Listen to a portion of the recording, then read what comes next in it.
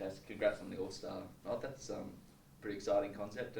How excited are you to be involved in it? Yeah, I'm very excited. I think it's a good opportunity for us Indigenous players to represent our culture and go out there and have some fun and light it up out there. So I'm sure everyone's really excited and it should be a really fun game to watch. When you first heard about the concept end of last year, was it something you and the other Indigenous boys spoke about and said, gee, that would be awesome to be involved in? Or how did you feel about it initially? Yeah, like I said, so we're so excited and we get a lot of recognition these days with Indigenous round, and now we've got the All-Star game as well. So, we really appreciated it, and we love going out there and represent our culture. Most of these guys you usually play against. Is there someone that you're excited to line up with on the same side? Yeah, I mean, all of them. I feel like we play a certain style of way, and it's special, I guess, how we play. And I'm looking forward to just get out there with most of them, to be honest. Maybe my old teammate Joe, I'm looking forward to get out there with him again. You've spoken about it a bit, but how much have you come to really appreciate and look into your own culture and Indigenous background?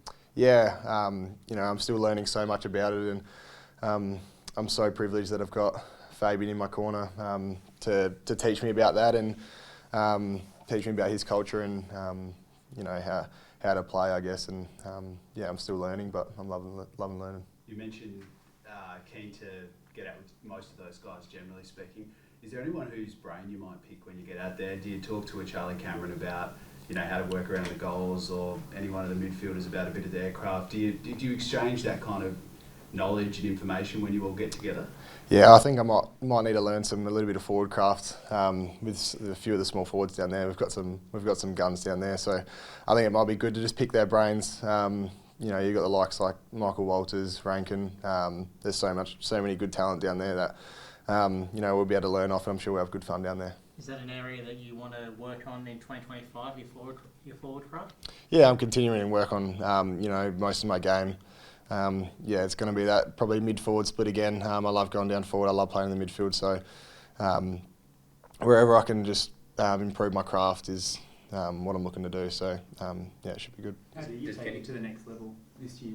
What's that, sorry? How do you take your game to the next level this year across all 4 quarters? We know you're a superstar, but to do it consistently over 4 quarters over the season, what areas are you looking at?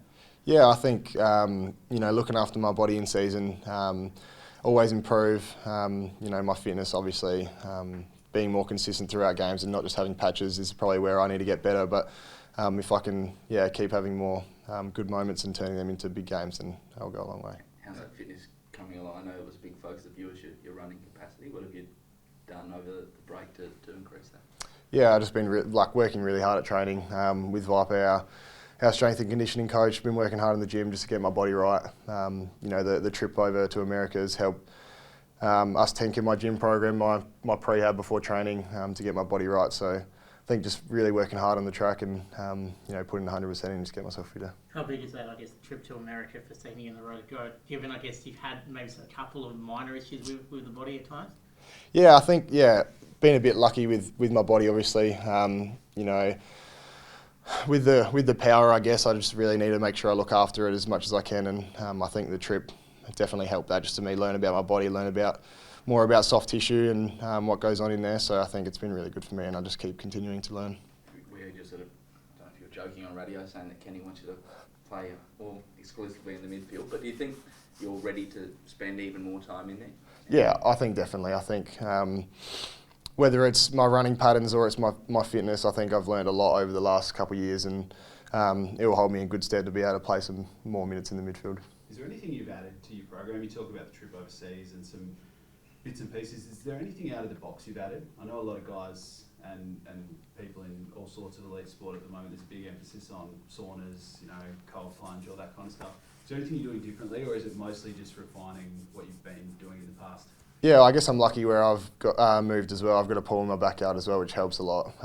Always in there, but I've actually just started a little bit on my Thursdays, days off. I'll just go and do a bit of boxing to build that fitness up, and I think I got worked a bit hard in my first session. I come back here and I was bloody sore for the Friday session, and all the boys were giving me a bit of stick about it. But little things like that, you always can improve on and get them things done. So yeah, I've been trying to do that. Are you enjoying the boxing side of it and that kind of new stuff that you're doing?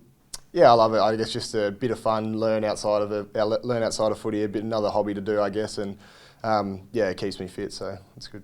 Juggling that, I guess that midfield forward split, you often get sent down forward to rest, quote unquote. But is it really a rest? 'Cause it feels like sometimes you have just as much impact down forward as you do in the midfield. Yeah, I mean, sometimes if you're playing in a good defender that runs a lot, it's hard down there, but I've been told from Kenny that I'm not allowed to play high forward at all, so I have to go sit deep. So, yeah, I think he really wants me to get my rest down there. But, yeah, as much as I can impact the game down there as I can in the midfield, I'll try my best. So, yeah, it's good to go down there and get a bit of a rest. How's the forward line looking? As a midfielder, how is the forward line looking? We kind of talked about how it's going to be a bit of a new look one with Charlie retired, and yeah, just the guys that you have in there. Yeah, I think it's going to be a fun, exciting brand we're going to play.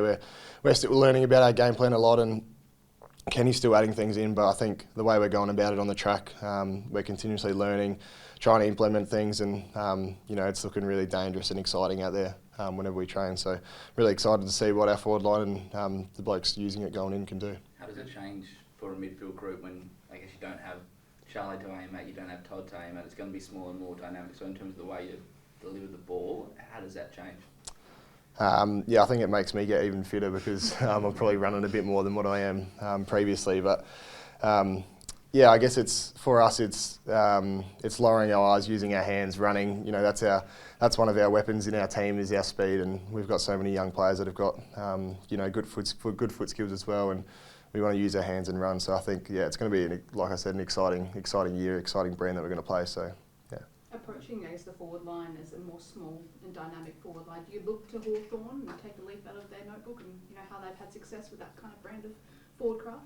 100%, yeah. I think there's so many teams these days that have got so many damaging small forwards, and it's almost becoming the way to players to go small down there because it's just so electric when you can get it on the ground down there and kick some goals. So I think definitely the coaches will be looking at different teams and ways we can get better. Hawthorn the benchmark for that, do you think? I mean, when you look at the teams across the league, they seem to have adapted and taken that on probably most effectively. Yeah, I think so. I think Geelong gave us a bit of a hiding in that sense in the first final the other year. So, yeah, like I said, so many good teams, but they're definitely up there for one of the best. How about you reflect on the finals last year? I mean, what were the learnings out of it, both personally and in the club? Well, I think the learnings,